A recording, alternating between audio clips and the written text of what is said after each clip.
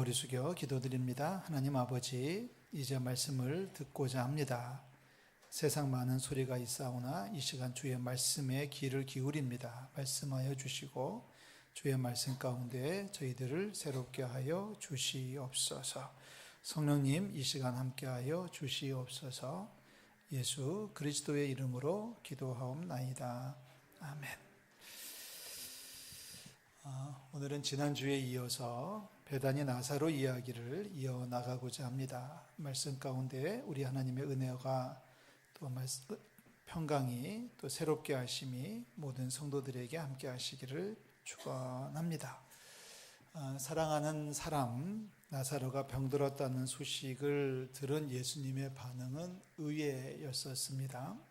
워낙에 가까이 지내던 사람이었기 때문에 그런 소식을 들었으면 응당 빨리 가보자, 빨리 가서 도와주자 이렇게 나와야 되지 않았을까요? 그런데 예수님은 나사로 이야기를 듣자마자 하시는 말씀은 이 병은 죽을 병이 아니다 라고 말씀하셨습니다.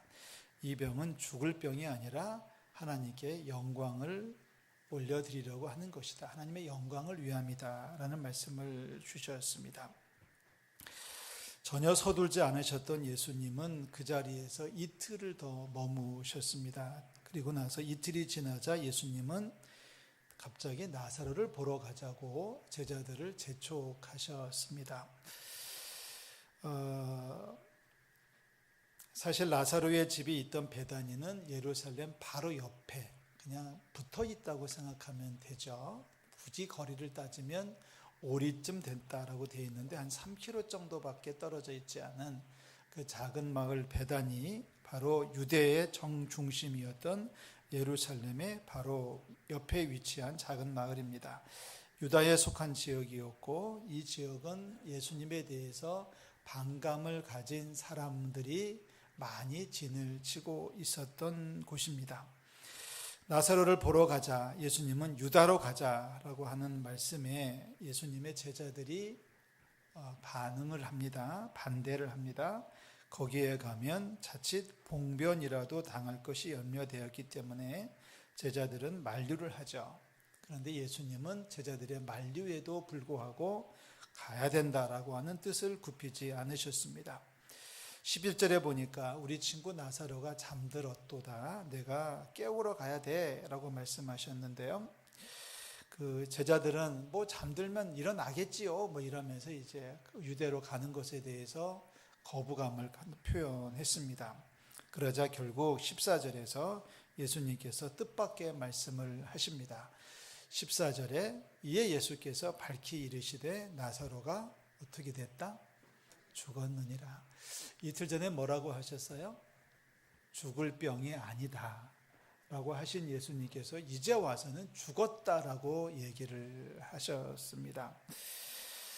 조금은 엉뚱할 수밖에 없고 조금은 이해하기 어려운 부분인데요. 죽을 병이라고 하셨는데 이제 와서 죽었다고 해놓고, 그리고 이제 나사로를 이제 와서 보러 가자라고 예수님께서 말씀을 하십니다.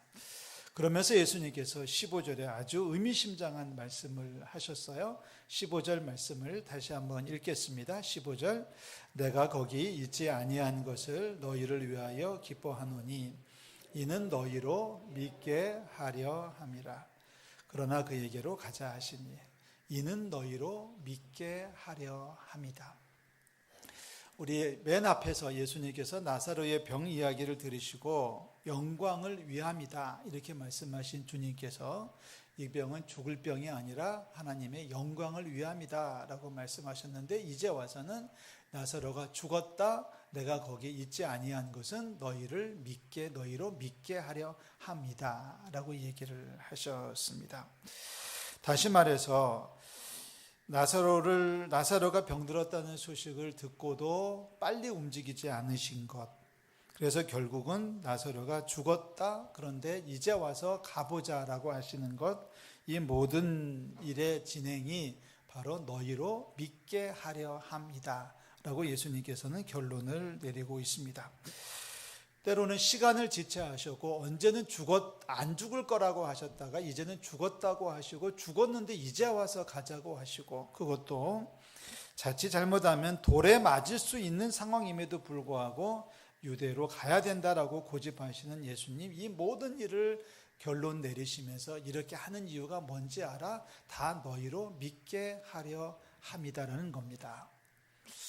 제자들이 볼 때는 예수님이 이해하기 좀 어려웠을 거예요. 이랬다 저랬다 하시는 것 같고 앞뒤가 맞지 않는 것 같고 엉뚱한 것 같고 뭐가 좀 이상한 것 같은데 예수님은 결론을 내립니다. 이렇게 한 게 무슨 이유가 있는 줄 알아? 다 너희로 믿게 하려고 하는 거였어 라고 말씀하셨습니다. 바로 예수님께서 간절히 원하셨던 바로 그것은 제자들이 예수님을 믿는 것이었다라는 결론을 내릴 수가 있습니다. 이 일을 위해서 예수님은 나사로가 죽는 것을 그대로 내버려 두셨고요. 그리고 곧바로 12장 13장으로 넘어가면 너희로 믿게 하기 위해서 예수님은 십자가에 달려 죽기까지 하셨습니다. 오늘 우리가 살펴보고자 하는 주제는 바로 믿음입니다. 예수님은 우리가 믿음을 가질 것을 그렇게도 소망하고 계신 줄로 믿습니다.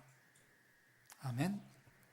믿음을 중요하게 여기시는 예수 그리스도, 오늘도 우리들에게도 우리의 믿음을 보기를 간절히 원하신다는 사실입니다. 우리를 향하신 예수님의 간절한 소원 역시 모든 성도들 한 분 한 분이 예수님을 제대로 믿는 것, 온전한 믿음에 굳게 서는 것입니다. 교회를 다닌다는 것은 믿음을 갖는다는 말이고요. 그리스도인이 된다는 것은 믿음으로 살겠다고 하는 결단입니다. 교회에서 믿음을 빼면 아무것도 남지 않습니다.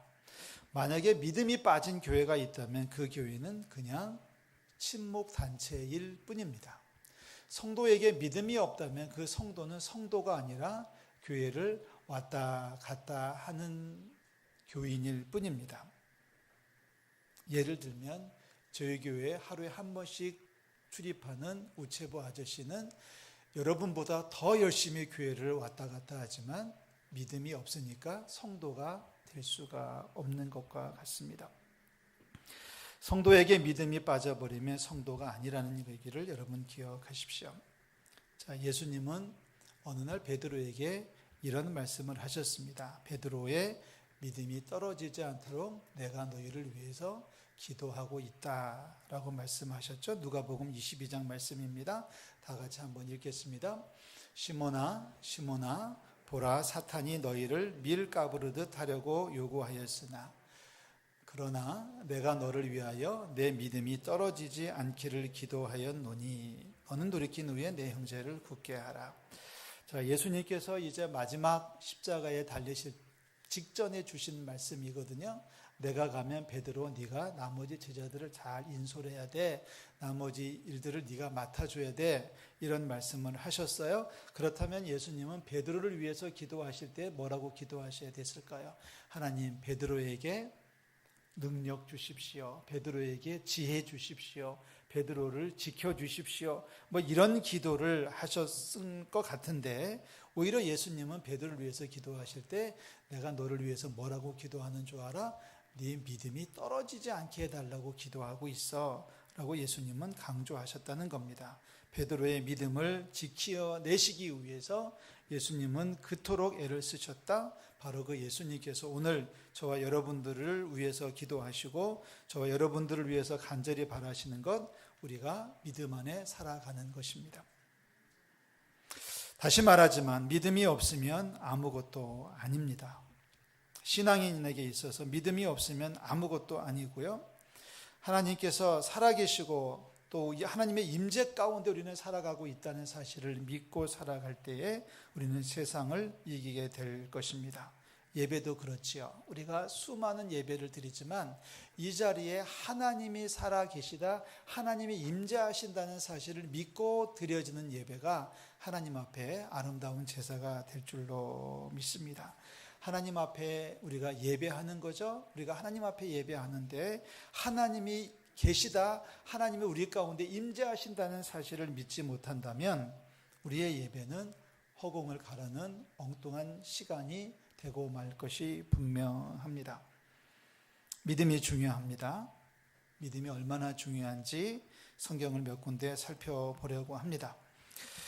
자, 예수께서 길을 가실 때에 맹인 두 사람이 쫓아왔습니다. 그러면서 계속 소리를 지르기를 불쌍히 여겨주세요 라고 소리를 질렀습니다. 그러나 예수님은 반응하지 않으셨고요. 어느 집에 들어가셨습니다. 그런데 이 맹인 두 사람이 그 집 안에까지 쫓아 들어왔습니다. 그제서야 예수님께서 맹인들에게 질문을 던지십니다. 내가 이 일을 할 수 있다고 믿느냐? 라고 물었습니다. 그랬더니 맹인들이 하는 대답이 네, 그러하오 믿습니다 라고 얘기를 했습니다. 맹인들이 믿는다라고 하는 것을 분명히 고백하자 예수님께서 드디어 그들의 눈을 만지시며 말씀하십니다. 뭐라고 하셨어요? 이에 예수께서 그들의 눈을 만지시며 이르시되 너희 뭐대로 믿음대로 되리라 말씀하셨습니다. 맹인들의 믿음을 확인하시고 나서 예수님은 그들의 눈을 고쳐주셨다는 얘기입니다. 두 번째, 12해 동안 혈루증을 앓던 여인이 있었습니다. 예수님 주변에 많은 사람들이 에워싸 밀고 밀치고 있을 때에 이 여인이 그 사람들을 뚫고 접근을 해서 예수님의 옷에 손을 댔습니다. 예수님도 모르게 예수님께서 따로 무엇을 하신 것도 아무것도 없었는데 여인의 병이 치료가 되었습니다. 뭔가 능력이 빠져나간 것을 예수님께서 감지하시고 등을 돌려 사람들을 쳐다보면서 묻습니다. 누가 내 몸에 손을 댔느냐라고 물었더니 제자들이 퉁명스럽게 얘기합니다. 너무 많은 사람이 몰려서 당신의 옷에 손을 댄 사람이 한두 명이 아닌데 그걸 어떻게 누구냐고 물으면 어떡하냐? 이렇게 이제 제자들이 대답하니까 예수님께서 말씀하시죠. 아니다. 분명히 누군가가 내 몸에 손을 댔다. 그러면서 한 여인을 바라보니까 그 여인이 무릎을 꿇고 고백합니다. 그때 예수님께서 여인을 향해서 말씀하시죠. 딸아, 내 믿음이 너를 구원하였으니. 뭐가 구원했어요? 내 믿음이 너를 구원하였으니 평안히 가라 말씀하셨습니다. 거기에서도 예수님이 확인하신 것은 믿음이었습니다.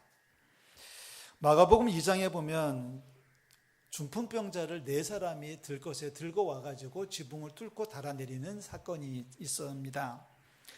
너무나 많은 사람이 있어서 그 문으로는 들어갈 수 없으니까 이 4사람이 지붕을 뚫고, 그러니까 지붕 가운데 있는 환기구 구멍을 뚫고 거기다가 환자를 달아서 내렸습니다. 그 모습을 예수님께서 보고 계셨지요. 이 상황에서 예수님께서 주목하신 것은 무엇일까요? 예수님은 무엇을 바라보고 계셨을까요? 이 상황에서 예수님께서 이렇게 말씀하십니다. 마가복음 2장 5절 보니까 예수께서 그들의 뭘 보시고? 그들의 믿음을 보시고 중풍병자에게 이르시되 작은 자야 네 죄 사함을 받았느니라. 그 중풍병자를 지붕에서 달아내리는 이 모습을 예수님은 믿음으로 인정을 하신 거죠. 그들의 믿음을 보시고.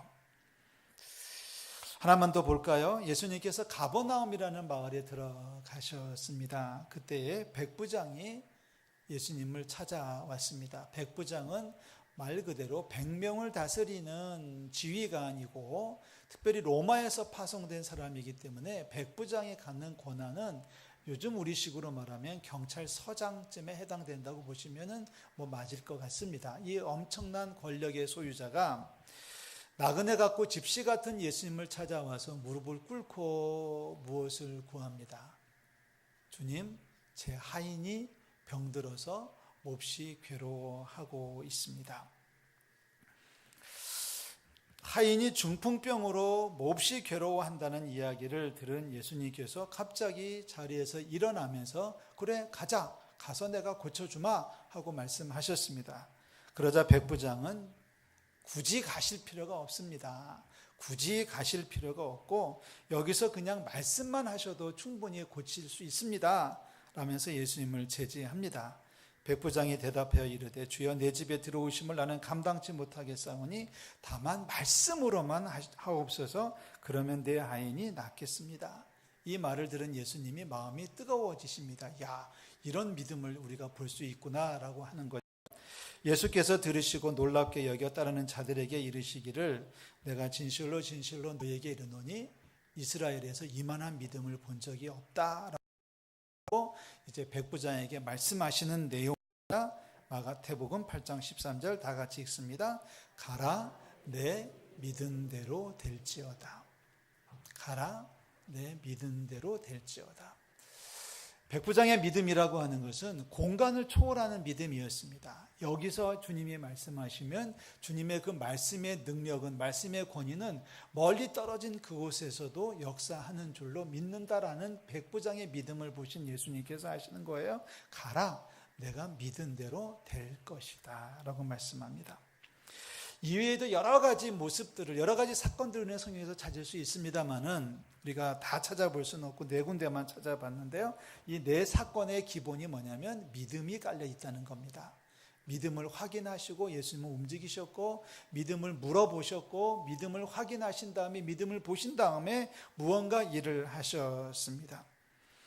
만약에 예수님께서 우리를 향해서 아무것도 안 하신다면, 예수님 우리를 향해서 간절히 찾는 것은 뭐냐면 우리의 믿음일 것이 분명합니다. 우리가 제대로 믿는다면 하나님은 지금도 살아계셔서 우리 가운데 역사하실 줄로 믿습니다. 믿음이 아니었다면 애당초 그런 일들은 일어나지 않았을 것이고요. 모든 일들마다 예수님은 믿음을 먼저 확인하시고 물어보시고 눈으로 보시고 그리고 나서 행동하셨다는 것을 여러분 기억하시기를 다시 한번 부탁을 드립니다. 그래서 하는 말입니다. 믿음이 없으면 아무것도 할 수가 없습니다. 사랑하는 성도 여러분, 기도 생활 잘하고 계신지요? 기도란 내 능력이 모자라서 하나님의 능력으로 대신 채워나가는 작업이 바로 기도입니다. 내가 할 수 없으니 인정하고요. 하나님은 능력이 많으시니 믿어야 되고요. 그래서 하나님의 능력으로 내 삶을 풀어가기 위해서 하나님 도와주세요라고 하는 것이 바로 기도의 본질입니다. 하나님이 우리를 사랑하시는 줄로 믿습니다. 하나님의 능력이 무한하신 줄로 믿습니다. 우리가 기도하면 하나님 우리를 도와주실 줄로 믿습니다. 이 믿음이 있을 때 기도가 가능한 거지요. 하나님이 나를 도와주실 것이다. 하나님이 도와주시면 못할 것이 없다라고 하는 사실을 믿어야만 우리의 기도가 살아있는 기도가 될 것입니다. 그냥 독백이 아닙니다.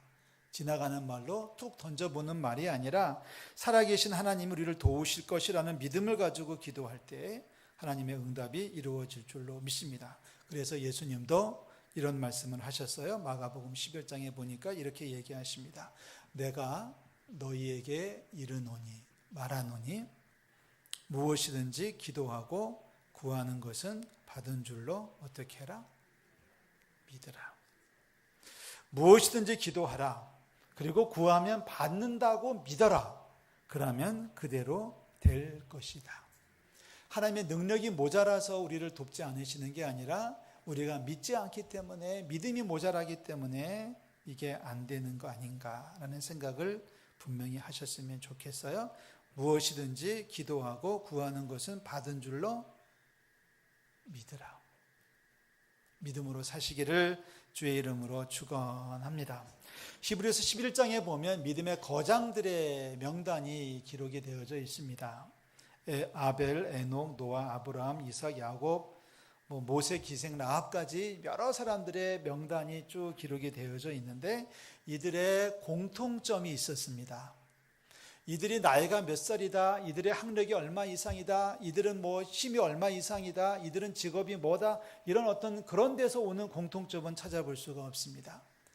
아벨, 에녹, 노아, 아브라함, 이삭, 야곱, 그리고 모세, 심지어는 기생 라합에까지 이르도록 나오는 이 사람들이 세상을 이겼던 공통점이 하나가 있어야 뭔가요? 믿음입니다. 믿음입니다. 믿음으로 아벨은 가인보다 더 나은 제사를 드렸고 에녹은 죽음을 보지 않고 옮겨졌으며 믿음으로 믿음으로 노아는, 믿음으로 아브라함은, 믿음으로 이삭은, 믿음으로 쭉 얘기를 하고 있습니다. 이 말을 하던 히브리 기자가 이제 시간은 없는데 더 많이 말하고 싶지만 시간의 제약이 있으니까 이런 말을 해요. 히브리서 11장 32절에 보면 이렇게 말을 합니다. 내가 무슨 말을 더 하겠느냐. 기드온, 바락, 삼손, 입다, 다윗 및 사무엘과 선지자들의 일을 말하려면 내게 시간이 부족하리로다. 그들은 믿음으로 나라들을 이기기도 하며 의를 행하기도 하며 약속을 받기도 하며 사자들의 입을 막기도 했다. 뭐로? 믿음으로 했다는 겁니다. 믿음이 중요합니다. 구원의 조건은 무엇일까요? 우리가 어떻게 해야 구원을 받을 수 있을까요? 에베소서에서 사도 바울이 말합니다. 다 같이 읽어볼게요. 에베소서 2장 8절. 너희는 그 은혜에 의하여 믿음으로 말미암아 구원을 받았으니, 거기까지만. 그 은혜에 의하여 뭐로 말미암아? 믿음으로 말미암아 구원을 받았으니. 기도도 믿음으로 하는 거고요, 구원도 믿음으로 받는 거고요, 세상을 사는 것도 믿음으로 살아갈 때 하나님께서 역사하실 줄로 믿습니다. 예수님이 계시지 않을 때에 귀신 들린 사람이 찾아왔는데 이 제자들이 귀신을 어떻게 할 줄 몰라가지고 허둥대는 모습이 성경에 기록되어져 있습니다. 귀신을 상대해야 되는데 어떻게 할 줄 몰라가지고 갈팡질팡하고 허둥지둥 되는 모습이 있어요. 이 제자들의 허둥대는 모습을 보시는 예수님께서 뼈 있는 말씀을 한마디 질책으로 하셨습니다. 믿음이 없고 패역한 세대여. 믿음이 없고 패역한 세대여. 이 말씀을 읽을 때마다 마음에 쿵 하는 충격이 옵니다. 믿음이 없고 패역한 세대란 그때가 아니라 오늘 지금 우리들의 시대이기 때문에 그렇습니다. 우리가 살고 있는 이 시대가 사실은 믿음이 없고 패역한 세대입니다. 믿음이 없으니 기도도 안 하고 있고, 기도해도 응답도 못 받고 있고, 예배도 밥 먹듯이 빠지고 있고, 예배를 빠져도 죄책감이 없고, 예배를 나와도 졸고 있고, 말씀을 들어도 뭔 말인지 알아듣지도 못하겠고 하는 모든 것들이 다 믿음의 부족이 아닐까 싶습니다. 여러분 기억하십시오. 예수님께서 간절히 원하시는 것은 우리의 믿음입니다. 제자들이 믿음을 가지게 하시려고 나사로를 죽일 때까지 내버려 두신 하나님, 예수님, 우리의 믿음을 위해서 예수님은 십자가에 달려 죽기까지 하셨습니다. 믿음으로 살아야 세상을 이길 줄로 믿습니다. 하나님께서 살아계심을 믿으시기 바랍니다. 하나님을 찾는 모든 자들에게 상 주신다는 사실을 믿으시기 바랍니다.